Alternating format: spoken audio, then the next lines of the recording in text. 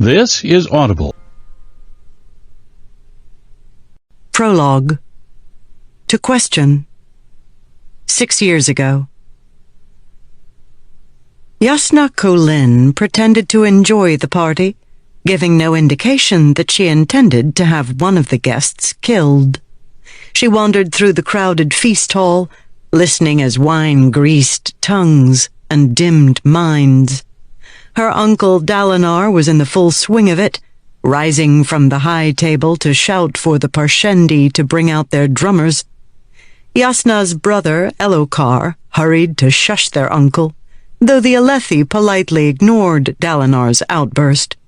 All save Elhokar's wife, Aesudan, who snickered primly behind a handkerchief. Jasnah turned away from the high table and continued through the room. She had an appointment with an assassin, and she was all too glad to be leaving the stuffy room, which stank of too many perfumes mingling. A quartet of women played flutes on a raised platform across from the lively hearth, but the music had long since grown tedious. Unlike Dalinar, Jasnah drew stares.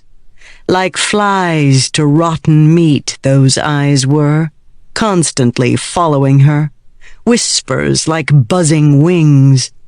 If there was one thing the Alethi court enjoyed more than wine, it was gossip. Everyone expected Dalinar to lose himself to wine during a feast, but the king's daughter admitting to heresy?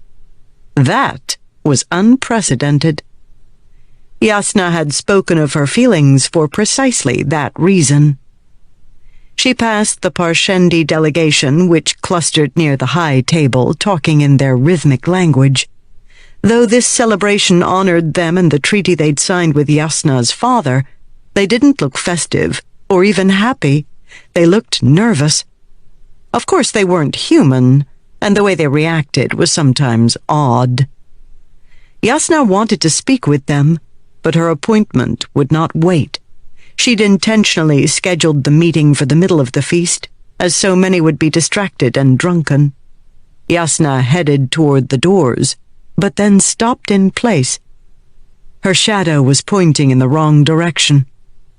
The stuffy, shuffling, chattering room seemed to grow distant. High Prince Sadeas walked right through the shadow, which quite distinctly pointed toward the sphere lamp on the wall nearby. Engaged in conversation with his companion, Sadeas didn't notice. Jasnah stared at that shadow, skin growing clammy, stomach clenched, the way she felt when she was about to vomit. Not again. She searched for another light source, a reason. Could she find a reason? No. The shadow languidly melted back toward her, oozing to her feet, and then stretching out the other way.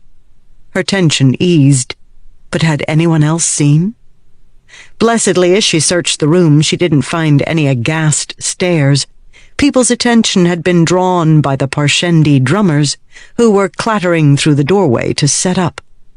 Jasnah frowned as she noticed a non-Parshendi servant in loose white clothing helping them. A Shin man? That was unusual.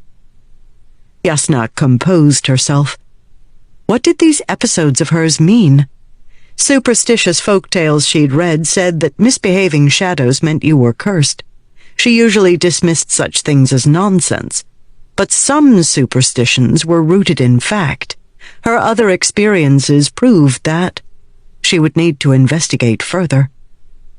The calm, scholarly thoughts felt like a lie compared to the truth of her cold, clammy skin and the sweat trickling down the back of her neck. But it was important to be